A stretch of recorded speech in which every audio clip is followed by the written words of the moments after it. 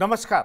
बिहार की बात में आपका स्वागत है। मैं हूं पंकज कुमार। इस खास पेशकश में हम चर्चा करने जा रहे हैं कि आखिरकार मंत्रिमंडल का गठन तो हो ही गया और इस गठन में हमने साफ देखा कि कहीं भी भ्रष्टाचार के आरोप का असर नहीं दिखा। आपको मालूम है कि चुनाव कैंपेन के दरमियान या उससे पहले एनडीए के कई मंत्रियों के खिलाफ भ्रष्टाचार का आरोप दिखा, लगाया गया।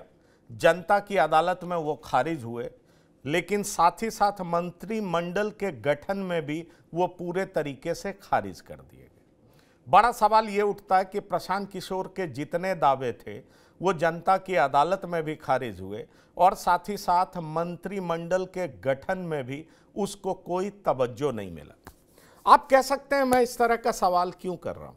जरा याद करिए किस तरीके से अशोक चौधरी को घेरा गया था, किस तरह की बात उनके खिलाफ की गई थी।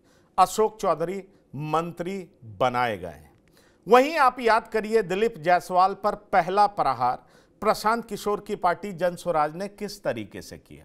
उसका असर ना तो सीमांचल पर पड़ा और बिहार पर तो नहीं ही पड़ा। दिलीप जायसवाल भी फिर से मंत्री बने। वही हाल उप मुख्यमंत्री सम्राट चौधरी का भी है। सम्राट चौधरी पर भी तरह तरह के आरोप लगे, उम्र से लेकर के हत्या तक का आरोप लगा और जबरदस्त तरीके से जनस्वराज पार्टी ने उन पर प्रहार किया। ना तो जनता की अदालत में इस बात की को ज्यादा तवज्जो दिया गया और ना ही मंत्रिमंडल के गठन में उनका कद घटा। और इस तरह से कई नाम आप देखेंगे जिसको देख करके आपको यह लग सकता है कि भ्रष्टाचार और परिवारवाद की का छाया कहीं भी मंत्रिमंडल के गठन पर नहीं दिखा। तो क्या माना जाए, विनेबिलिटी सबसे बड़ा फैक्टर है। क्या माना जाए, जनता की अदालत ने जिसको अप्रूव कर दिया, मंत्रिमंडल के गठन में भी उसका ध्यान रखा गया। सामाजिक संतुलन सबसे बड़ा मुद्दा था और साथ ही साथ हमने ये भी देखा कि नीतीश कुमार की प्रचंड जीत के पीछे अगर कहें कि 3 फैक्टर सबसे ज्यादा बड़ा था तो वो था जातीय समीकरण, गठबंधन पार्टियों का और कल्याणकारी योजनाओं का प्रॉपर डिलीवरी। तो इन तीनों का समागम इस कदर हुआ कि एनडीए प्रचंड तरीके से जीती और इसलिए मंत्रिमंडल के गठन में तमाम उन बातों को दरकिनार कर दिया गया जो चुनावी कैंपेन में जबरदस्त तरीके से सुना गया था। इस बारे में हम चर्चा करने जा रहे हैं कि आखिरकार मंत्रिमंडल के गठन का आधार क्या रहा। हम इस बारे में चर्चा करने जा रहे हैं कि प्रशांत किशोर को ज्यादा तवज्जो नहीं देने के पीछे क्या ये वजह थी कि अगर तवज्जो दी गई तो उनकी मॉरल विक्ट्री होगी और इसलिए पूरे तरीके से एनडीए ने उसको अनसुना कर दिया।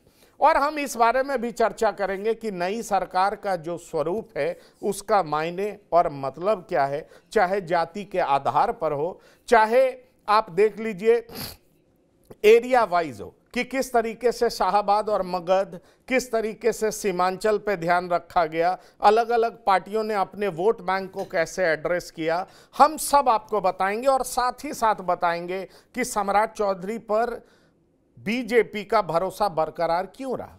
हम आपको यह भी बताएंगे कि विजय सिन्हा पर बीजेपी का भरोसा बरकरार क्यों रहा। हम आपको यह भी बताएंगे कि अशोक चौधरी जो चुनाव कैंपेन के दरमियान नेपथ्य में दिखाई पड़ रहे थे, उन पर नीतीश कुमार का भरोसा बरकरार क्यों रहा। इन तमाम बातों का जवाब हम आपको देंगे। हमारे साथ जो मेहमान जुड़ रहे हैं उनसे आपका परिचय करा दें। हमारे साथ जो मेहमान जुड़ रहे हैं वो हैं शिवपूजन झा। आपका स्वागत है शिवपूजन जी, वरिष्ठ पत्रकार हैं। हमारे साथ मृत्युंजय शर्मा हैं, राजनीतिक विश्लेषक। आपका भी स्वागत है मृत्युंजय जी टीवी 9 के प्लेटफॉर्म पर। और साथ ही साथ प्रियदर्शी रंजन जुड़े हैं, आपका भी बहुत स्वागत है टीवी 9 के प्लेटफॉर्म पर। शिवपूजन जी, सबसे पहले मैं आपके पास आना चाहूँगा। बड़ी चर्चा थी सम्राट चौधरी के बारे में कि वो जीतेंगे हारेंगे, बड़ी मैसिव विक्ट्री हुई। अगर विधानसभा में आप 20,000 से ज़्यादा वोटों से जीतते हैं तो बड़ी विक्ट्री है। विजय सिन्हा की बड़ी विक्ट्री है, लेकिन विजय सिन्हा की बात हम बाद में करेंगे। आपने जिन नामों के बारे में सुना था कैंपेन में, वो प्रमुख मुद्दा था अशोक चौधरी, दिलीप जायसवाल, सम्राट चौधरी। इन सब नामों के खिलाफ जो भी आरोप थे उसको जनता की अदालत ने भी खारिज कर दिया और एनडीए ने भी बिल्कुल खारिज कर दिया। तो मैं आपसे यही सवाल करना चाहूंगा कि क्या मंत्रिमंडल के गठन में आरोपों को बिल्कुल दरकिनार कर दिया गया? इसलिए कर दिया गया क्योंकि जनता की अदालत ने उसको बिल्कुल अप्रूव नहीं किया। आप मंत्रिमंडल के गठन पे ही क्यों जा रहे हैं? इससे पहले जब अमित शाह आए थे और तारापुर में और खास करके लखीसराय में, वहीं पर तो इशारों में कह दिया था कि भाई इनको बड़ी जिम्मेदारी मिलेगी। मैं बात कर रहा हूं सम्राट चौधरी की और मैं बात कर रहा हूं विजय बाबू की। देखिए क्या हुआ था, प्रशांत किशोर जिस वक्त अटैकिंग मोड में थे तो आपने एक चीज गौर किया होगा कि लगातार वो सीरीज में वो हमला बोल रहे थे, बीजेपी के टॉप लीडरशिप को टारगेट कर रहे थे और दूसरी तरफ हमने देखा अशोक चौधरी को भी उन्होंने जबरदस्त तरीके से टारगेट किया। अशोक चौधरी ने शुरुआत में क्या कहा कि अदालत में खींचेंगे और उसके बाद फिर बैक ट्रैक कर गए। अब देखिए स्थिति समझिए, वो दौर था जहां पर भाजपा कहीं ना कहीं मुझे बैकफुट पर दिखी क्योंकि उसका पूरा जो entire leadership of the state था उसको कटघरे में ला करके खड़ा कर दिया था प्रशांत किशोर ने। प्रशांत किशोर उसको सस्टेन नहीं कर पाए, ऐसा प्रतीत हुआ जैसे वो शूट एंड स्कूट वाले सिद्धांत में विश्वास कर रहे हैं। उन्होंने आरोप लगाए और अगर उसको सस्टेन करते रहते हैं, आपको याद होगा ना कि 2014 के पहले भाजपा ने जो आरोप लगाए थे तमाम, उसको किस तरीके से सस्टेन किया था, तो सस्टेन नहीं हुआ। दूसरी बात आप देखिए कि बीजेपी के किसी भी सेंट्रल लीडर ने इन मुद्दों पर कभी कोई चर्चा ही नहीं की, बल्कि ऐसा प्रतीत हुआ कि पूरी तरीके से अनदेखी कर दी। फिर आप ऐसे भी समझें कि ये जिन लोगों की हम चर्चा कर रहे हैं, इन्होंने तो खुद को बिहार की राजनीति में बिल्कुल इंडिस्पेंसिबल बना दिया है और तभी इनको जगह मिलना लगभग तय था। अब किन परिस्थितियों में सम्राट चौधरी और विजय सिन्हा को बनाया गया था उप मुख्यमंत्री, उससे आप वाकिफ हैं, क्योंकि उसके पहले जब नीतीश कुमार यू टर्न मार करके चले गए थे राजद के साथ, वहां सरकार बना ली थी उन्होंने, तो विजय सिन्हा और सम्राट चौधरी ने, मैं कह सकता हूँ, नाक में दम कर रखा था नीतीश कुमार को। मैं जाता था उन दिनों विधानसभा विधान परिषद में, मैं देखता था कैसे कितना आक्रामक ये दोनों नेता थे। तो लगातार उसके बाद फिर जब भाजपा का प्रदर्शन हुआ था तो मेरे आंखों देखी ये बात है कि भाजपा के बहुत सारे नेता यहाँ पर घायल हुए थे जब भाजपा विपक्ष में थी। सम्राट चौधरी को मैंने देखा था कि वो अकेले ही आगे बढ़ते चले गए थे और डाकबंगला चौराहे तक पहुंच करके वो लाठियां खाते रहे, उनके तमाम कार्यकर्ता, उनके समर्थक, लेकिन वहां पर जाकर के वो जमे रहे। तो जो आंदोलन किया, जिस तरीके से मजबूती से पार्टी की आवाज रखी, हर मंच पर रखी, तो इसका फल तो मिलना था ही। दूसरी बात जो आपने पूछी कि क्या ये मुद्दा क्लिक करता है, प्रशांत किशोर इसको अगर सस्टेन करते, लगातार नए नए साक्ष्य, नए नए प्रमाण पेश करते रहते, तो शायद इसका कोई पीपल कनेक्ट होता। लेकिन अब देखिए आरोप कौन लगा रहा है? आरोप वो शख्स लगा रहा है जिसकी राजनीति में अब एंट्री किए हुए मुश्किल से 3 साल हुए हैं। तो कल मैं बात कर रहा था एक वरिष्ठ पत्रकार से, उनका कहना था कि भाई 3 साल में तो मकान पूरा नहीं होता है, 3 साल में पार्टी आप कैसे खड़ी कर लेंगे? नेक्स्ट 5 इयर्स अगर आप मेहनत करते रहते हैं तो शायद पार्टी आपकी मजबूत स्थिति में आ सकती है और आप जो है एक रेस में शामिल हो सकते हैं। तो देखिए मेरा मानना है कि केंद्रीय नेतृत्व ने पूरी तरीके से दरकिनार कर दिया था जो भी आरोप थे पहले से, चुनाव के पहले से ही, और ये तय था कि यही इन्हीं दोनों को मुख्यमंत्री बनाया जाएगा, क्योंकि तब फिर मांगे और भी उठनी शुरू हो जाती। जो अंदर से खबरें आ रही थी कि फिर रामकृपाल को क्यों नहीं आप उप मुख्यमंत्री बनाएंगे, आप नीतीश मिश्रा को क्यों नहीं बनाएंगे, अलग अलग खेमे भाजपा के अंदर भी हैं। तो मोर और लेस आप देखेंगे ना कि रिटेन किया गया है इनको, और आरोप की तो कहीं कोई चर्चा ही नहीं कर रहा है। लेकिन सबसे बड़ी बात कि आरोप पर चर्चा क्यों नहीं हुई या वोटिंग पैटर्न में क्यों नहीं रिफ्लेक्ट किया, तो उन सब पर भारी पड़ गया नीतीश कुमार का 10 हजरिया दाव। नीतीश कुमार का 10 हजरिया दाव भारी पड़ गया। मैं इसी डिबेट को आगे बढ़ाना चाहूँगा। मेरे साथ मृत्युंजय शर्मा भी यहाँ बने रहिए, डॉक्टर संजय भी हमारे साथ जुड़ गए। सवाल फिर वही उठ खड़ा होता है कि क्या ये भ्रष्टाचार और परिवारवाद कोई मुद्दा नहीं था इस चुनाव में? किसी तरीके से असर करता हुआ नहीं दिखाई पड़ा। यही तो बड़ी वजह है कि जिन जिन चेहरों को टारगेट किया गया, एनडीए ने उसकी बिल्कुल परवाह नहीं की। पहले हम देखते थे अगर आरोप लगाया जाता था तो अमुक मंत्री से कहा जाता था आप पहले क्लीन आइए, अपने को साफ सुथरा साबित करिए और उसके बाद वापस मंत्री बनिए। लेकिन इस बार तो ऐसा दिखा नहीं। खास तौर पर अगर आप बीजेपी में बात करें, मंगल पांडे सवालों के घेरे में थे, दिलीप जायसवाल शुरुआत से सवालों के घेरे में थे, सम्राट चौधरी पर जबरदस्त प्रहार हुए, और अगर हम जेडीयू की बात करें तो अशोक चौधरी जबरदस्त तरीके से सवालों के घेरे में थे। लेकिन इन सब सवाल का असर मंत्रिमंडल के गठन में भी दिखाई नहीं पड़ा। मृत्युंजय शर्मा, क्या आपको लगता है कि जीत से बड़ा फैक्टर कुछ नहीं है, हम जीत गए तो सिकंदर जैसे भी जीते हों, लेकिन इन सब का असर कहीं भी दूर दूर तक मंत्रिमंडल के गठन में दिखता नहीं है? क्या कहना चाहेंगे आप?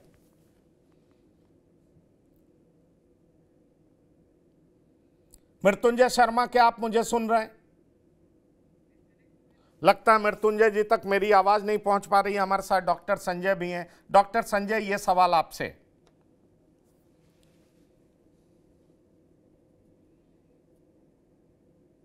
विनिएबिलिटी एक फैक्टर तो हो ही गया है, और मैंने कहा ना कि कल कुछ लोगों से मेरी बात हो रही थी, बीजेपी के खेमे के ही लोग थे। उन्होंने कहा कि जिन पर आरोप लगता है उनको तो और भी बड़ा पद दे दिया जाता है, इसलिए बीजेपी में आरोप प्रत्यारोप जैसी कोई चीज नहीं है।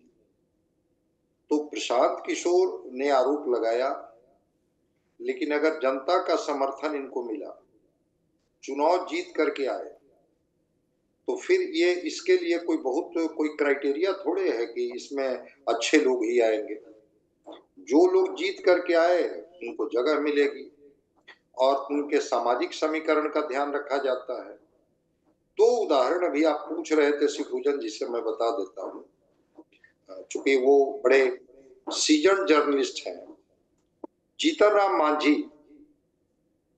मेवालाल चौधरी, ये कुछ नाम ऐसे हैं जिन पर केवल आरोप ही थे, आरोप सिद्ध नहीं हुए। मैं इसीलिए मैं जाता ही पीछे, पहले ये इसी एनडीए सरकार में देखा गया, लेकिन अब इस बार के एनडीए सरकार में इसका असर बिल्कुल नहीं दिख रहा है। मतलब साफ है कि जनता की अदालत में बड़ी विक्ट्री ही अपने आप में आपको एक्विटल का प्रमाण दे देता है कि आप सही हैं, आप जो कर रहे हैं वही सही है, इसका अब कोई असर नहीं है। मैं वही सवाल आपसे कर रहा था। तो मैं वही बता रहा हूं कि नीतीश कुमार अपने कैबिनेट से उनको कहा था कि पहले आप आरोप मुक्त हो जाइए, उसके बाद फिर हम आपको शामिल कर लेंगे, और वही हुआ। तो राजनीति में अब विनिएबिलिटी एक बड़ा फैक्टर है। आपका सोशल बैकग्राउंड क्या है, जातीय बैकग्राउंड क्या है, आप चुनाव जीत सकते हैं कि चुनाव नहीं जीत सकते हैं, ये महत्वपूर्ण है। ये महत्वपूर्ण नहीं है कि आप टेंटेड हैं, आप पर आरोप हैं, प्रत्यारोप हैं, आपका बैकग्राउंड क्या है, कोर्ट ने कोई आपके ऊपर एफआईआर तो कितने नहीं हुए हैं। अब ये कोई बहुत मतलब नहीं है, इसलिए राजनीति में अब इसको किनारे कर दिया गया। हाँ, प्रशांत किशोर ने जो आरोप लगाया है, सिद्ध हो न हो, लेकिन प्रशांत किशोर ने आरोप पब्लिक डोमेन पर लगाया था।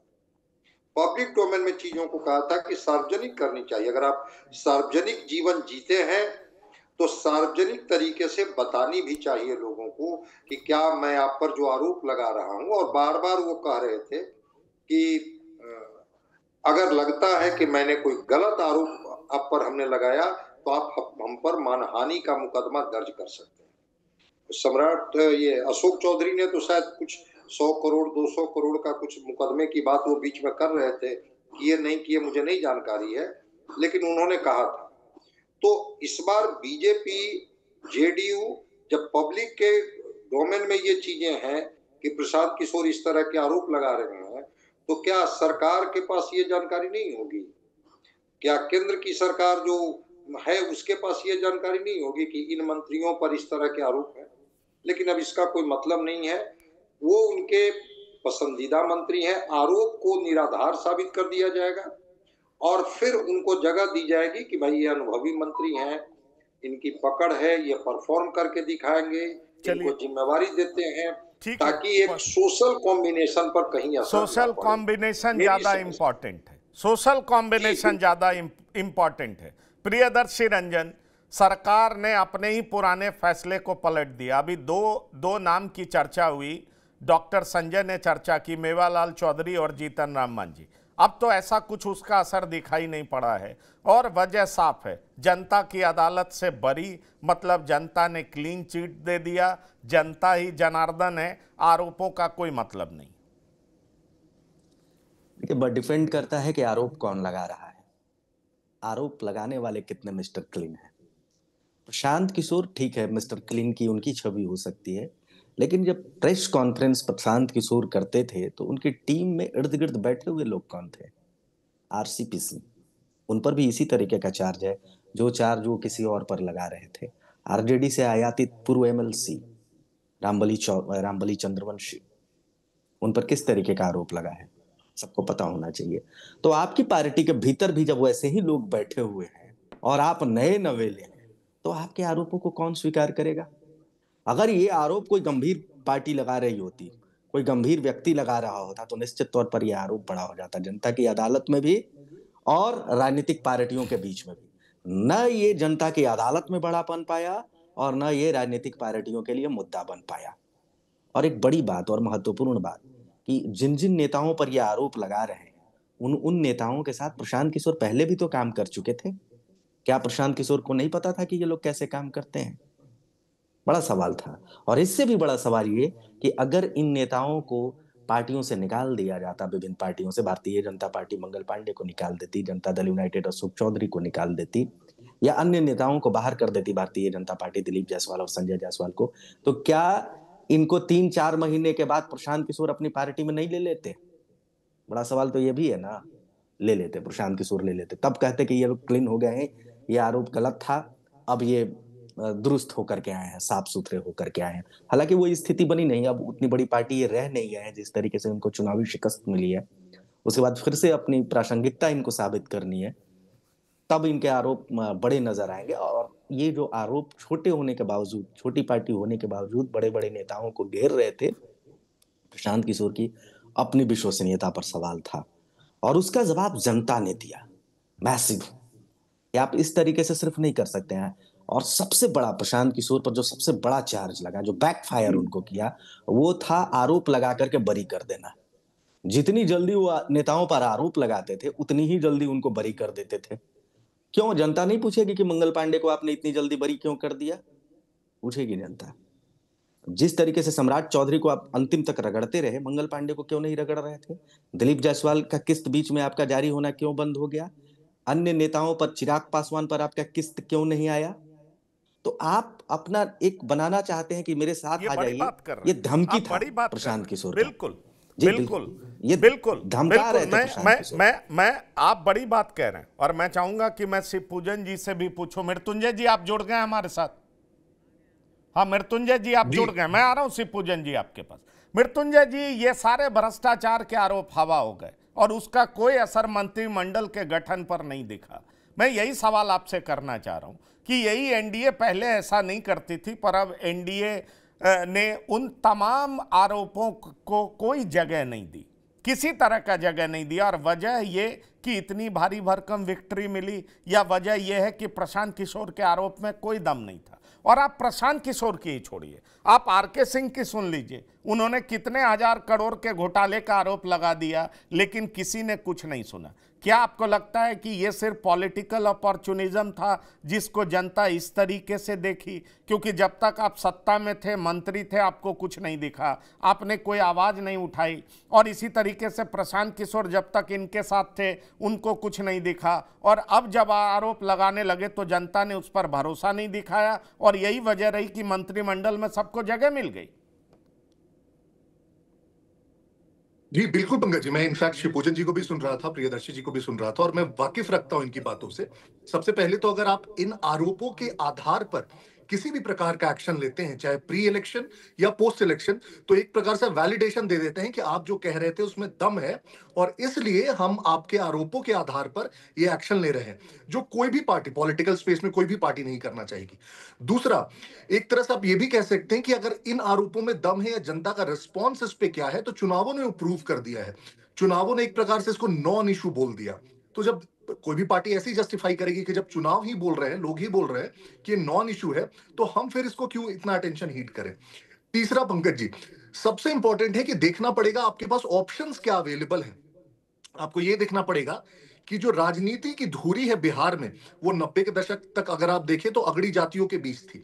वो थोड़ा सा शिफ्ट होते होते 90 के बाद से अभी तक वो अपर ओबीसीज में कॉन्सेंट्रेटेड है। आप करीब करीब देखेंगे तो कभी भी किसी प्रकार का गठबंधन देखेंगे, किसी प्रकार का रिजल्ट देखेंगे, मंत्रिमंडल देखेंगे, तो उसमें आप अपर कास्ट के 4 जातियों और अपर ओबीसीज की 3 जातियों, बिल्कुल। अगर इन 7 जातियों को ले ले तो इसका रिप्रेजेंटेशन आपको बहुत स्ट्रांग दिखेगा। कोई भी पार्टी होती है इन 7 जातियों में से ही नेता निकालने की कोशिश करती है, क्योंकि उसे पता है कि इनका अपना वोट बैंक भी, और ये ड्राइव भी करते हैं जो वोटिंग बिहेवियर होता है उसको। तो बीजेपी जेडीयू भी इस कॉम्बिनेशन को समझती है। और देखिए, अगर बीजेपी के पास, क्योंकि जेडीयू खुद लीड कर रहे हैं नीतीश कुमार, तो बीजेपी के पास ऑप्शन बनते हैं बाकी 6 जातियों में। कायस्थ एक बहुत छोटी जाति है, 5 जातियां बचती है, उसमें भी आप देखेंगे तो अगड़ी जातियों में भूमिहार और जो राजपूत हैं, एक तरह से आप सबसे सशक्त बोल सकते हैं पॉलिटिकली। बाकी बचते हैं आपके पास कोरी और यादव, यादव आरजेडी के साथ है। तो आपके पास 3 कास्ट बन जाते हैं प्ले करने के लिए एसेंशियली, आप ऐसे देखिए। और उसी में से आप देखेंगे कि उन 3 कास्ट में से 2 को रिप्रेजेंटेशन मिल गया डिप्टी सीएम में। चौथा, अगर आप इन लोगों को रिप्लेस करते किसी भी तरह पंकज जी, तो आप ये भी समझिए कि उस जाति के लोगों की नाराजगी आपको झेलनी पड़ती। अगर आप इनको रिप्लेस कर देते किसी दूसरी जाति के नेता से, नहीं, ठीक है, तो उस जाति के लोग कभी ये नहीं सोचेंगे या समझेंगे मैं मृत्युंजय जी, इसीलिए पार्टी ने इस प्रकार का एक्शन लिया।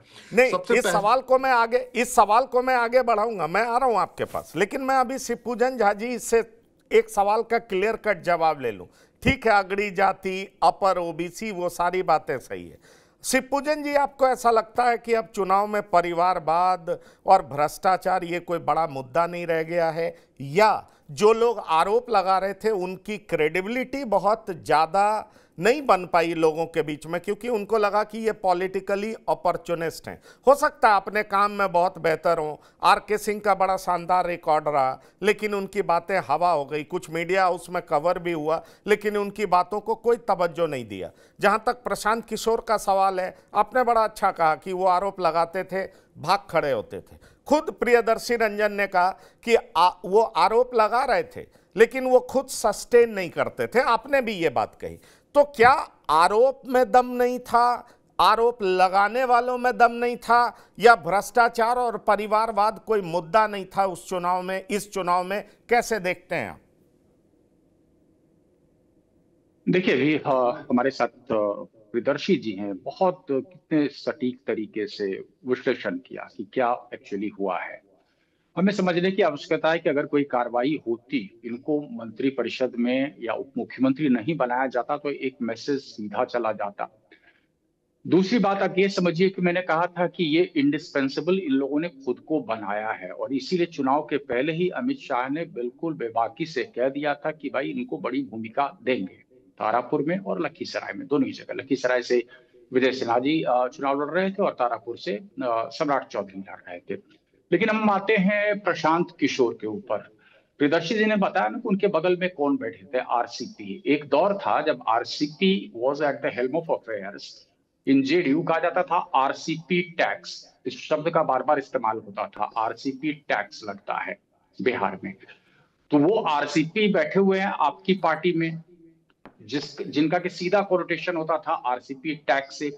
फिर मैंने आपको बात कही कि भाई ये शूट करते थे, स्कूट करते थे। मैं आपको बता रहा हूँ थोड़ा सा लाइटर वेन में क्या होता था। चंद पत्रकार हम बैठे हुए थे और इसी बात पर चर्चा हो रही थी कि बड़े गंभीर आरोप लगा रहे हैं प्रशांत किशोर, एकदम लूज कैनन हो चुके हैं भाई। तो 2-3 पत्रकारों का आया, लेकिन आरोप लगा करके फिर चुप भी तो हो जाते हैं।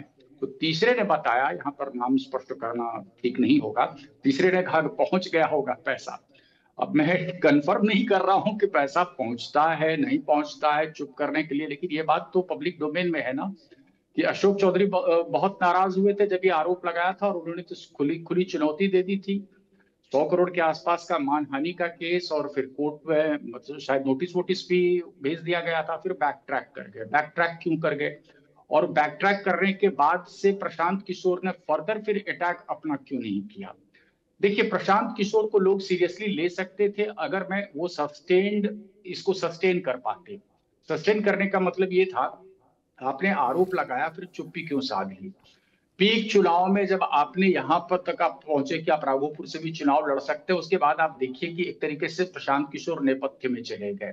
बात समझिएगा, बात सिर्फ आरोप की ही नहीं है। प्रशांत किशोर की रिलायबिलिटी को लेकर के सवाल तब से खड़े होने शुरू हो गए जब से राघोपुर को लेकर के मसल फ्लेक्सिंग उन्होंने की थी कि वो वहां से चुनाव लड़ेंगे, फिर वहां से बैक ट्रैक ये कह के करते हैं कि 243 सीटों पर उनके उम्मीदवार है, अगर वो खुद चुनाव लड़ेंगे तो भाई बाकी सारे कैंडिडेट्स को वो टाइम अटेंशन जो डिजायर्ड है वो नहीं दे पाएंगे। अब इससे मैसेज क्या गया? और इसी के बाद मैं कहता हूं बार बार कि वो बबल जो था तथाकथित, वो बबल वहीं पर फूटा, वो बर्स्ट किया बबल, तो it subsided like a froth, पूरी तरह फ्रॉथ की तरह वो सबसाइड कर गया। लेकिन फिर मैं साथ में ये भी कहना चाहता हूँ कि अगली 5 साल, जैसे वो प्रेस कॉन्फ्रेंस में आकर के उन्होंने कहा, जिन बातों को रखा कि जीविका दीदियों जिनको 10,000 मिला है, अगला 2 लाख नहीं मिलेगा तो सड़क पर वो आंदोलन करेंगे, सरकार को घेरेंगे, वो लगातार 5 साल सस्टेन्ड कैंपेन अगर वो रहता है उनका, तो जाहिर तौर पर एक वैक्यूम इमर्ज करेगा बिहार में। क्योंकि नीतीश कुमार को मैं मान रहा हूँ ये लास्ट इनिंग्स है उनके।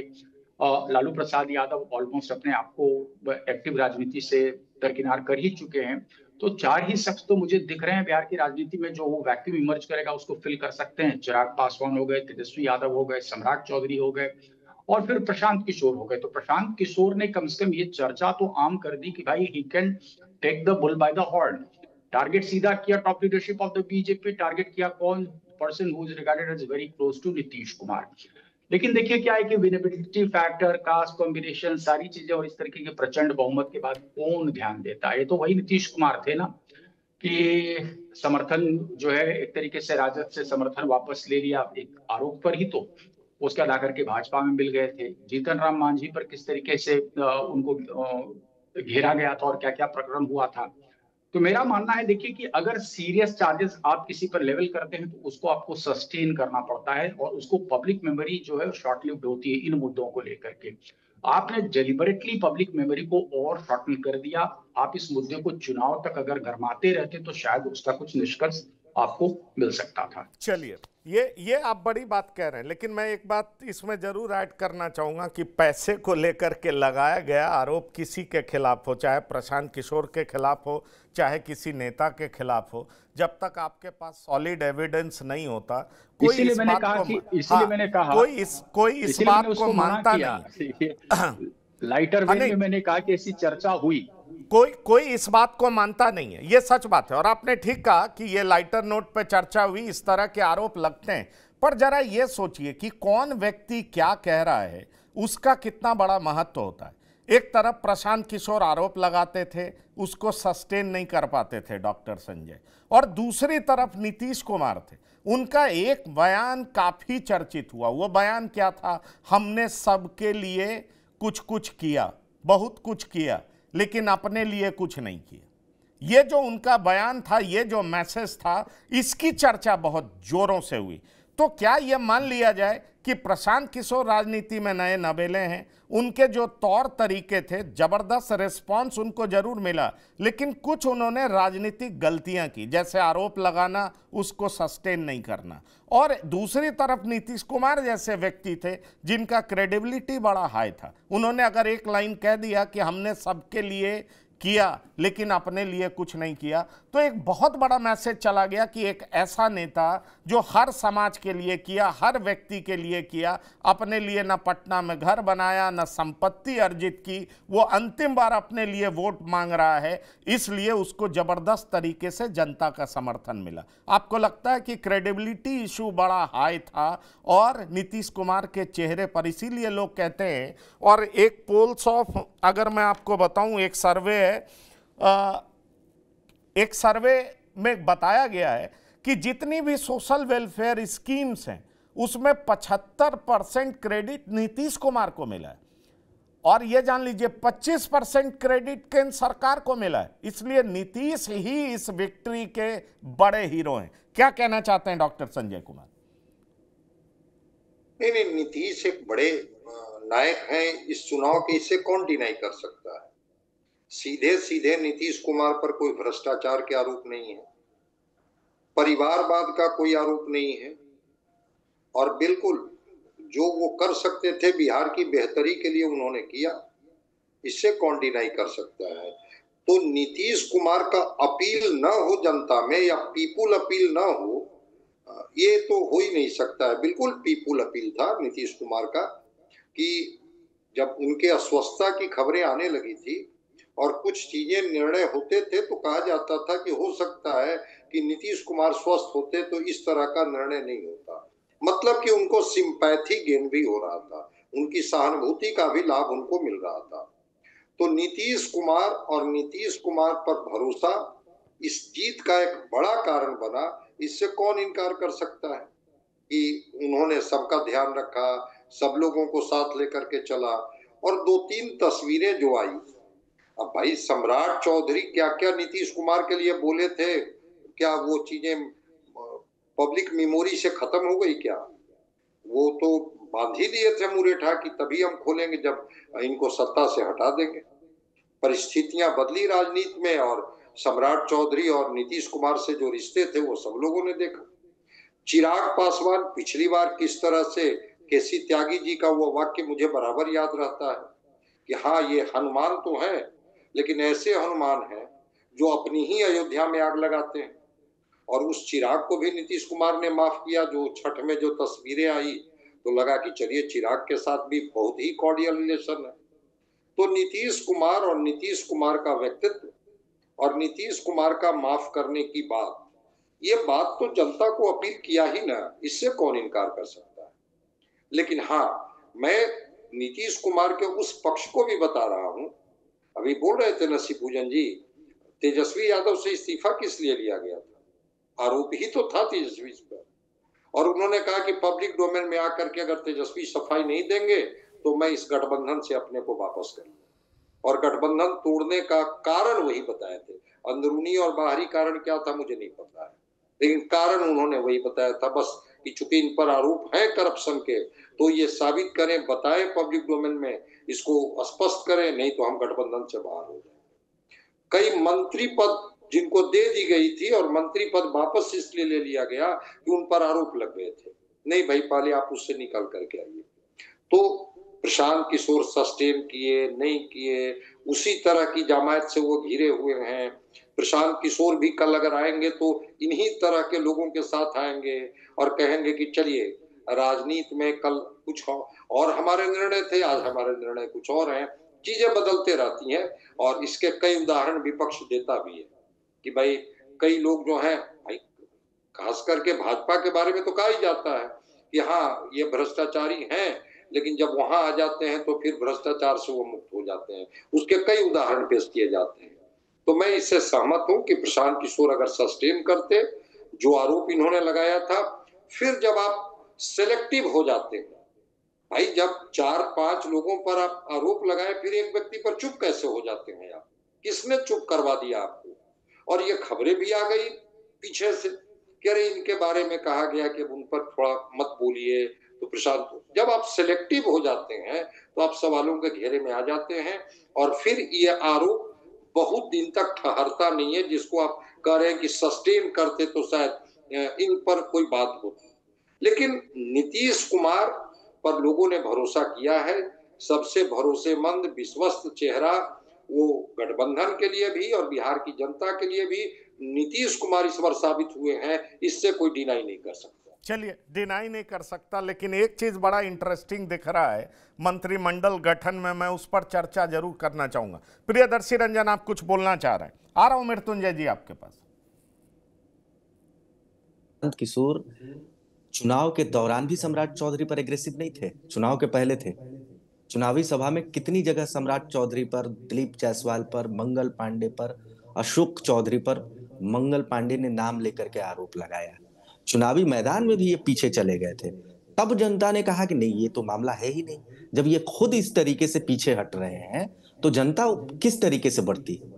नेतृत्व तो प्रशांत किशोर को देना था तमाम चीजों पर। आरोप जब किए तो वहां भी आरोप का भी नेतृत्व आप ही को करना था। चुनाव में भी ये पीछे चल गए, वो अलग मसला है। लेकिन मैं अगर सिर्फ इस पर बात करूं कि जिस तरीके से प्रशांत किशोर आरोप लगा करके लोगों को तुरंत बरी कर दे रहे थे, उस पर तो प्रशांत किशोर की ये चाल जनता भी समझ चुकी थी, इसीलिए ये मामला बैकफायर किया। बात जो हो रही है कि नीतीश कुमार पहले आरोपों के हवाले से इस्तीफा ले लेते थे। हाँ, वो दौर था, लेकिन आरोप कौन लगाता था? क्या तेजस्वी यादव पर आरोप लगा तो क्या वो कोर्ट में मामला नहीं चल रहा है? चल रहा है। अशोक चौधरी पर इस तरीके का कोई, उस तरीके का कोर्ट में कोई मामला नहीं चल रहा है। और अगर कोर्ट में मामला चला जाता अशोक चौधरी पर, मैं भारतीय जनता पार्टी की नहीं बात कर रहा हूं, लेकिन जनता दल यूनाइटेड की मैं बात कर रहा हूं, कि अगर कोर्ट में मामला चला जाता अशोक चौधरी का, तो निश्चित तौर पर नीतीश कुमार एक बार सोचते जरूर, वो स्वस्थ हैं या अस्वस्थ हैं, इन चीजों को, ये चीजें मायने नहीं रखती हैं। जी नहीं, आप ये बात कह रहे हैं, लेकिन मैं आरसीपी सिंह को किसी प्लेटफॉर्म पर सुन रहा था, और मृत्युंजय जी मैं आपसे चर्चा करना चाहूंगा। आरसीपी सिंह कह रहे थे कि मैं जिस नीतीश कुमार को जानता हूं, वो नीतीश कुमार कभी ये बर्दाश्त नहीं किए होते कि किसी मंत्री का एक बड़ा ऑफिसर नोटों को जला रहा हो और वो मंत्री कुर्सी पर बरकरार हो। ये आरसीपी सिंह के शब्द हैं, मेरे नहीं हैं। सवाल ये उठता है कि जिस नीतीश कुमार की चर्चा आरसीपी सिंह कर रहे थे, क्या अब वो नीतीश कुमार बदल गए? नोट तो जला था ना, ये सच्चाई है। और सवाल ये है कि अशोक चौधरी बने रहे। हाँ, आप कुछ बोलना चाह रहे हैं मृत्युंजय जी? पंकज जी, जो बात हम लोग प्रशांत किशोर के बारे में बोल रहे हैं, वही बात बाकियों पर भी लागू होती है, चाहे वो आरसीपी सिंह हो, चाहे वो आरके सिंह हो। जो इल्जाम लगा रहा है या जो आरोप लगा रहा है, उसकी खुद की क्रेडिबिलिटी कितनी है पब्लिक आई में, वो सबसे ज्यादा इंपॉर्टेंट हो जाती है। जो आपने थोड़ी देर बाद पहले बात कही थी कि अगर नीतीश कुमार कुछ बोलते हैं तो उसको बहुत सीरियसली लिया जाता है, क्योंकि वो क्रेडिबिलिटी 2 दशकों में बिल्ड हुई है। लोग जानते हैं कि वो कुछ बोल रहे हैं तो उसमें सच्चाई होगी। आरसीपी सिंह की जो इमेज रही है नीतीश कुमार जी के सरकार में रहते हुए भी, जिस प्रकार से वो नीतीश सरकार से बाहर गए, फिर अपने चिर प्रतिद्वंदी प्रशांत किशोर के साथ मिल गए, तो आरसीपी सिंह का आप देखिएगा आम जनता में एक प्रकार से उस प्रकार की क्रेडिबिलिटी, उनकी ईमानदारी की कोई क्रेडिबिलिटी, फिर उन्होंने अपनी बेटी को टिकट दिला दिया जनसुराज से, तो वो क्रेडिबिलिटी है ही नहीं कि वो कुछ बोले तो मीडिया या जनता उसको बहुत शब्दशः पिक करे और उसके कारण एक सस्टेन्ड कैंपेन चल पाए। सेम आरके सिंह का हाल है। और इनफैक्ट प्रशांत किशोर वाले पे मैं थोड़ा ऐड करना चाहूंगा। देखिए, मुझे लगता है कि प्रशांत किशोर ने जो पूरा एक कैंपेन चलाया सिलेक्टिव नेताओं के खिलाफ, वो बस इसलिए था क्योंकि वो एनडीए के खिलाफ प्राइम स्पेस लेना चाहते थे एज द मेन ऑपोजिशन। आप उनके कई बार के बयान सुनिए, वो बार बार ये बोलते थे कि एनडीए का मुकाबला तो हमसे है, महागठबंधन तो तीसरी पार्टी होने जा रही है। और उस स्पेस लेने के चक्कर में उन्होंने एक सेंसेशनल पॉलिटिक्स जो होता है, सेंसेशनलाइजेशन ऑफ इश्यूज, वो करना चाहा। और एक्चुअली मीडिया ने उनको बहुत स्पेस दिया, मीडिया, सोशल मीडिया ने बहुत स्पेस दिया। कुछ दिनों के लिए वही विपक्ष लग रहे थे, महागठबंधन तो बाहर दिख रही थी। तो एक बार जब उन्होंने स्पेस ले लिया तो उसके बाद का प्लान उनके पास नहीं था, उनको नहीं पता था कि इसके बाद करना क्या है। और बहुत सारे आरोप जो है पंकज जी, वो आप देखेंगे कि बहुत हल्के लगे। फॉर एग्जाम्पल संजय जायसवाल जी वाला आप एक देखिए, जो उनके पेट्रोल पंप वाला आया, जब संजय जायसवाल जी ने वापस एक उन पर मानहानि का दावा लिखा, तो उनके द्वारा जो लेटर भेजा गया, जवाब भेजा गया, तो उसमें लिखा हुआ था कि हम लोगों को तो सूत्रों से यही पता चला है, if the case is something otherwise please let us know, बस हमें बता दीजिए अगर कुछ और है तो अगर आपने बेसिक रिसर्च नहीं किया है और ऐसे ही बस इल्जाम लगा रहे हैं। फिर वो शिल्पी गौतम वाला जो मामला था जिसमें उन्होंने सम्राट चौधरी को घसीटा, तो लगने लगा कि एक प्रकार से वो जानबूझकर इस प्रकार के मुद्दे उठा रहे हैं, इल्जाम लगा रहे हैं, ताकि वो प्राइम ऑपोजिशन स्पेस ले पाए। और जैसे बाकी पैनलिस्ट भी बोल रहे हैं, उनके पास कोई एक्शन प्लान नहीं था कि उसके बाद उसको सस्टेन कैसे करेंगे, उसको कंक्लूजन पे कहां ले जाएंगे। और उसके बाद क्या हुआ है, उनको जो एक पॉजिटिव पॉलिटिक्स साथ साथ में करनी चाहिए थी, जो उन्होंने मुद्दों की बात की थी, अपने मैनिफेस्टो तक रिलीज नहीं किया। उन्होंने पंचायतवाद डेवलपमेंटल प्लान की बात की थी, उसको तक रिलीज नहीं किया। तो लोगों को लगा कि ये बस नेगेटिव स्पेस ऑक्युपाई कर रहे हैं, और मुझे लगता है उसका भी बहुत नुकसान हुआ उन्हें। चलिए, उसका नुकसान हुआ, और ये बात आप बिल्कुल ठीक कह रहे हैं कि आरोप लगाते वक्त वो इस कदर आगे बढ़ गए थे कि शिल्पी गौतम केस में उसी समय बड़ी मुंह की खानी पड़ी थी। कई लोगों ने कहा कि देखिए ये किस तरीके से आरोप लगा करके मसले को सेंसेशनलाइज करते हैं। सम्राट चौधरी उस समय घिरे हुए महसूस कर रहे थे, हर प्लेटफॉर्म से सम्राट चौधरी से सवाल पूछा जा रहा था। लेकिन जैसे ही शिल्पी गौतम का मसला आया और उसके बाद लगा कि सम्राट चौधरी पर लगाया गया ये आरोप बिल्कुल बेबुनियाद है, उसके बाद मुझे लगता है कि प्रशांत किशोर पर बहुत सारे सवाल उठने लगे। ये बात बिल्कुल सच है। डॉक्टर संजय कुमार, मैं आपके पास आऊँगा और मैं आपसे सीधा सवाल करना चाहता हूँ कि अगर हम इस चुनाव को देखें खास तौर पर, और इस चुनाव को देखें और जितनी बड़ी विक्ट्री एनडीए को मिलती है, क्या आपको इस पूरे चुनाव में कहीं पर ऐसा दिखा कि परिवारवाद या भ्रष्टाचार मुद्दा था, या आप ऐसे देखते हैं कि परिवारवाद और भ्रष्टाचार को सोशल वेलफेयर स्कीम ने बिल्कुल कॉर्नर कर दिया। सोशल वेलफेयर स्कीम जिस तरीके से जमीन पर उतारा गया, जातीय समीकरण जिस तरीके से तैयार किए गए और कल्याणकारी योजनाओं की जिस तरीके से डिलीवरी हुई, ये तीनों फैक्टर्स इतने हावी हो गए कि और कोई मुद्दा चल ही नहीं पाया। क्या आप इस पूरे चुनाव के नतीजे का आकलन इस तरीके से करते हैं? और यही बड़ी वजह है कि आपने देखा कि हर मुद्दे को दरकिनार करके एनडीए में मंत्रिमंडल का गठन भी हुआ है। इसलिए अशोक चौधरी भी हैं, मंगल पांडे भी हैं, सम्राट चौधरी उसी हैसियत में हैं, उनके हैसियत में कोई कमी नहीं आई है, और दिलीप जायसवाल फिर से मंत्री बना दिए गए। तो इस चुनाव में देख रहा हूं कि परिवारवाद को और ताकत मिली है, मजबूत किया गया है कि अब परिवारवाद जैसी अब कोई चीज नहीं है। अगर कोई पिता है मजबूत तो अपने बेटे को वो विरासत दे सकते हैं, और पार्टी भी उनको टिकट देने में कहाँ कोई गुरेज कर रही है। उपेंद्र कुशवाहा जी अपनी पार्टी में अपने सांसद हैं राज्यसभा के, उनकी पत्नी स्नेहलता कुशवाहा जी विधायिका हैं, और उनके पुत्र जो हैं किसी सदन का सदस्य बनाया जाएगा, उनको मंत्रिमंडल में जगह दी गई, दीपक प्रकाश को। तो अब तो ऐसी कोई बात नहीं है कि भाई एक ऐसी व्यवस्था जिसमें पिता पत्नी पुत्र सबके लिए स्पेस हो गया, तो परिवारवाद जैसी अब कोई बात नहीं है। अब वो पक्ष का हो विपक्ष का हो, सब लोगों ने मान लिया है। मौका मिले तो अपने परिवार के लोगों को ही जगह दीजिए, कार्यकर्ताओं के लिए कोई बहुत स्पेस बचा के रखने की जरूरत नहीं है। ठीक है, वो रहें साथ में और पार्टी के लिए सेवा करें, काम करें, विचारधारा की बात करें, लेकिन जब जगह देने की बात होगी तो हम परिवार के लोगों को प्रायोरिटी देंगे। आज मैंने आपसे पहले भी कहा था कि 5 एमएलए जीत करके आए हैं, जीतनराम मांझी जी की पार्टी हम। 5 एमएलए में किसी एमएलए को नहीं कहा गया कि भाई, कह रहे थे ना कुछ दिन पहले अमित शाह जी कि विधायक दल के नेता ही विधायक दल का नेता चुनेगा, विधायक ही विधायक दल का नेता चुनेगा और उसमें तय चीजें होंगी, और उसमें बड़ा कॉन्स्टिट्यूशन समझाया जा रहा था। भाई 5 एमएलए थे, किसी को नहीं। वो चूंकि जीतनराम मांझी के बेटे हैं, संतोष मांझी एमएलसी हैं, मंत्रिमंडल में उनको जगह दी गई। इसलिए परिवारवाद को तो मैं मानता हूं कि अब सब लोगों ने माना कि परिवारवाद तो होना चाहिए, बल्कि और मजबूती से होनी चाहिए। उसमें अब कहीं कोई इफ बट जैसी नहीं है, और इतने अच्छे अच्छे तर्क बढ़िया तरीके से उसके पक्ष में गढ़ दिए जाएंगे कि अब जनता के पास कहीं कुछ नहीं है, सब कुछ ठीक है, वो भी गलत है, ये भी गलत है, ये भी गलत है, जो हो रहा है सब ठीक है।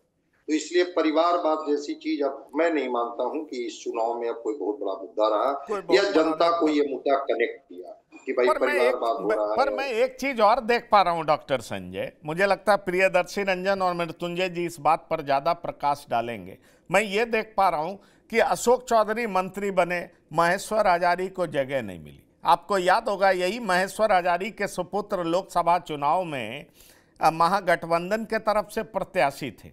अशोक चौधरी मंत्री बने, मतलब उनका ताकत बरकरार है। महेश्वर हजारी मंत्री बन पाए क्या? नहीं बन पाए, उनको जगह नहीं मिली है। और उस समय चर्चा थी लोकसभा चुनाव के बाद कि महेश्वर हजारी के खिलाफ पार्टी कार्रवाई करेगी, लेकिन कहा यह गया कि इंटरनल फाइट में विजय चौधरी महेश्वर हजारी के पक्ष में खड़े हो गए थे। वजह ये थी कि जो अशोक चौधरी की सुपुत्री हैं, उन्होंने उस जगह का चुनाव क्यों किया जहां से विजय चौधरी नेता हैं, समस्तीपुर से चुनाव क्यों किया, और इसलिए विजय चौधरी ने महेश्वर हजारी को बचा लिया। लेकिन देखिए, महेश्वर हजारी को जगह नहीं मिली, मंत्री नहीं बने हैं महेश्वर हजारी। प्रियदर्शी रंजन, ये मान लिया जाए कि अशोक चौधरी और भी ताकतवर हुए हैं, वो खुद मंत्री बन गए लेकिन अपने विरोधी का सफाया कर दिया। इसमें मुझे लगता है कि कुछ समीकरणों का भी ख्याल है। चूंकि एक कोटा दलितों का जो मंत्रालय का कोटा था वो एलजेपीआर ने भी ऑक्युपाई किया है, तो इधर से ही कट करके वहां चला गया है। इस तरीके से भी इस चीज को देखा जा सकता है। और दूसरा जो आप कह रहे हैं वो बेहद महत्वपूर्ण है कि क्या अशोक चौधरी की जीत हुई है, तो मैं मानता हूं कि हाँ, अशोक चौधरी निपटाने में कामयाब रहे हैं महेश्वर हजारी को। और नीतीश कुमार और पूरी जनता दल यूनाइटेड की जो शैली है उसमें त्वरित तौर पर कुछ नहीं होता है, एक्शन तुरंत नहीं लिया जाता है, बाद में तो महेश्वर हजारी की गिनती उन लोगों में से थी जो लोकसभा चुनाव के दौरान अपनी पार्टी के खिलाफ काम कर रहे थे, और धीरे से पार्टी ने उनको हाशिए पर कर दिया है। मौका आने पर अब वो कुछ कर भी नहीं सकते हैं।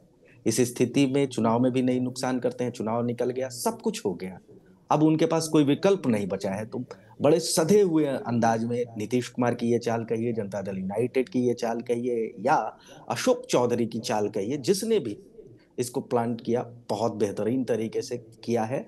और इसमें फिर से मैं कहूंगा कि इसमें एक वजह और टटोल लिया जाए कि वो जो दलितों का कोटा है, खास करके पासवान जातियों का जो कोटा है, वो बहुत ज्यादा भारी नहीं हो जाए, क्योंकि एलजेपीआर ने पासवान जाति को मंत्री बनाया है, भारतीय जनता पार्टी ने भी बनाया है, और एक इधर से भी तो बहुत ज्यादा हो जाता। तो उस समन्वय को देखते हुए भी महेश्वर हजारी का नाम कहीं न कहीं पीछे चला गया है, क्योंकि विजय चौधरी को जनता दल यूनाइटेड के भीतर हल्के में नहीं लिया जाना चाहिए। आज भी नीतीश कुमार के बाद 2 उप मुख्यमंत्री के बाद तीसरे नंबर पर किसी मंत्री ने ओथ लिया है तो वो नाम है विजय चौधरी। और विजय चौधरी की बातों पर नीतीश कुमार बहुत मामले में बहुत भरोसा करते हैं, बहुत मामले में। खास करके ये सब जो चीजें होती हैं कि कानाफूसी वाला जो मामला होता है, किचन कैबिनेट वाला, कि कौन पार्टी को नुकसान कर रहा है, किसके कारण क्या हो रहा है, उस मामले में वो बेहद विजय चौधरी पर भरोसा करते हैं। तो ये कहना कि विजय चौधरी पर भारी पड़ गए हैं अशोक चौधरी, मुझे लग रहा है कि ऐसा नहीं है। अशोक चौधरी अभी भारी नहीं पड़े हैं, क्योंकि अशोक चौधरी का मंत्रिमंडल में हैसियत देख लीजिए, कितने नंबर पर उनका नाम आया शपथ ग्रहण में, बहुत पीछे है, विजय चौधरी से बहुत पीछे है। एक नाम को, वो नाम किन्हीं अन्य कारणों से, महेश्वर हजारी का नाम सिर्फ और सिर्फ अशोक चौधरी की वजह से कटा है, ऐसा मैं नहीं मानता हूं, क्योंकि अशोक चौधरी आज भी नीतीश कुमार के उतने विश्वास पात्र नहीं है जितने विजय चौधरी हैं। और नीतीश कुमार को ये खलता है, किन मजबूरियों में अशोक चौधरी को वो रख रहे हैं जनता दल यूनाइटेड के भीतर पता नहीं, लेकिन टिकट बंटवारों के दौरान भी नीतीश कुमार की नाराजगी अशोक चौधरी के प्रति हुई थी, ये बातें भी मीडिया में थी। कुछ मजबूरियां होंगी या कुछ और कहानी होगा अंदर खाने, जो अभी छन करके नहीं आया है, कुछ दिनों में आएगा कि अशोक चौधरी को किस कीमत पर जनता दल यूनाइटेड में लगातार बरकरार रखा गया है, या फिर एलजेपीआर के आला कमान जो चिराग पासवान है उनसे नीतीश कुमार के रिश्ते सुधर गए हैं, तो नीतीश कुमार को लगता होगा कि अब बहुत डैमेज हमको नहीं दे सकते हैं अशोक चौधरी। जो 2 नाव की सवारी अशोक चौधरी कर रहे थे जनता दल यूनाइटेड और एलजेपीआर की, उसमें नीतीश कुमार अब विश्वास में आ गए होंगे, उनका भरोसा बढ़ गया होगा कि अशोक चौधरी अब हमको उस तरीके से डिफीट नहीं देंगे, या एलजेपीआर का जो घटनाक्रम चल रहा था वो सारी चीजें नहीं होंगी, इसीलिए अशोक चौधरी को बरकरार रखा गया होगा। जी चलिए, तो अशोक चौधरी को इसलिए बरकरार रखा गया है, और मैं एक बार फिर से रिपीट करना चाहूँगा कि कई सारी योजनाएं जो कि फलीभूत होती दिखी एनडीए के पक्ष में, वो ये था कि हर घर में 5 से 4 घरों में हर घर बिजली, 10 में से 7 घर में हर घर नल, व 1/3 घर में बालिका पोशाक योजना, 5वें हिस्से को स्वयं सहायता योजना का लाभ, नौकरी ढूंढने वाले हर व्यक्ति को, बेरोजगार को 1000 रुपया मासिक भत्ता, और महिलाओं को 10,000 देकर सीधे तरीके से लाभ पहुंचाना। ये सारी ऐसी वजहें हैं जो कि व्यापक असर करती हुई देखी गई हैं। नीतीश कुमार क्रेडिबल चेहरा थे, और जो जातीय संतुलन बनाने का काम किया गया उसको ध्यान में रखा गया है, और अभी बताया भी प्रियदर्शी रंजन बहुत साफ शब्दों में। और कहा जाए तो महिला लाभार्थी जो कि 57% रहीं, उनमें से 54% ने एनडीए को वोट किया, और गैर लाभार्थी ने भी 35% एनडीए को इस होप में वोट किया कि आगे उनको फायदा मिलेगा।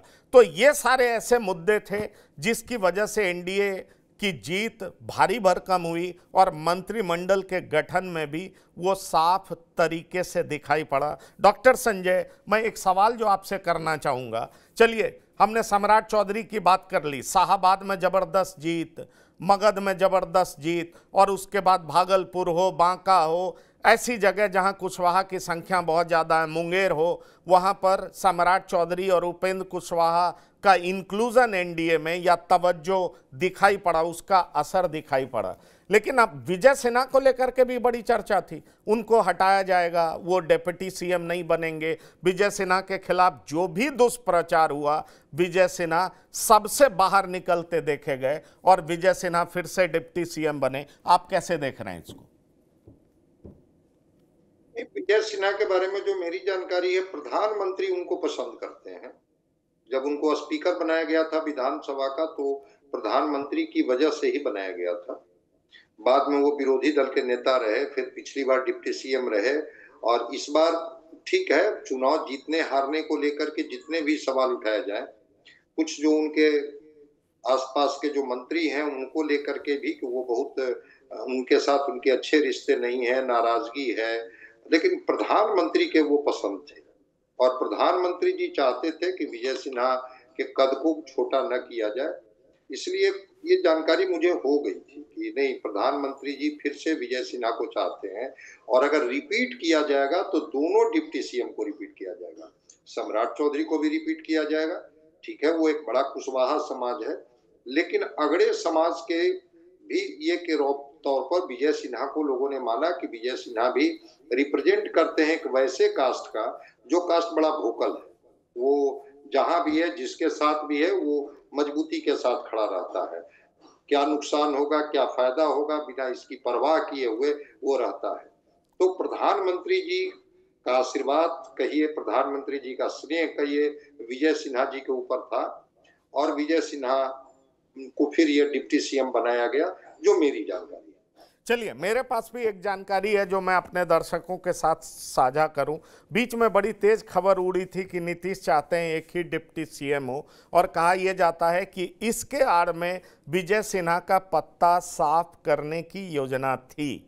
कुछ जो वहां का लोकल नेतृत्व था वो विजय सिन्हा को डिप्टी सीएम के रूप में देखना नहीं चाह रहा था। ऐसी बातें अंदर खाने से निकली, लेकिन कहा जाता है कि बीजेपी के टॉप लीडरशिप ने इंटरवीन किया और कहा कि नहीं, विजय सिन्हा वहीं पर रहेंगे। और ये बात तब साफ समझ में आ गई थी जब जिस दिन एनडीए की विक्ट्री हुई और जब क्रेडिट दिया जाने लगा तो उसमें विजय सिन्हा का भी नाम था। सम्राट चौधरी का तो नाम था ही, विजय सिन्हा का भी नाम था। और उस दिन ये साफ समझ में आने लगा था कि जो बीजेपी का टॉप लीडरशिप है वो किसी भी आरोपों को खारिज कर रहा है। वो अपने इन दो नेताओं के द्वारा किए गए कार्य को और जिस तरीके से पिछले 5 साल में बीजेपी ने अपना प्रदर्शन किया, काम किया और साथ ही साथ चुनाव में प्रदर्शन किया, इसलिए तमाम आरोपों को खारिज किया और वापस विजय सिन्हा और सम्राट चौधरी पर भरोसा बीजेपी के शीर्ष नेतृत्व ने जताया।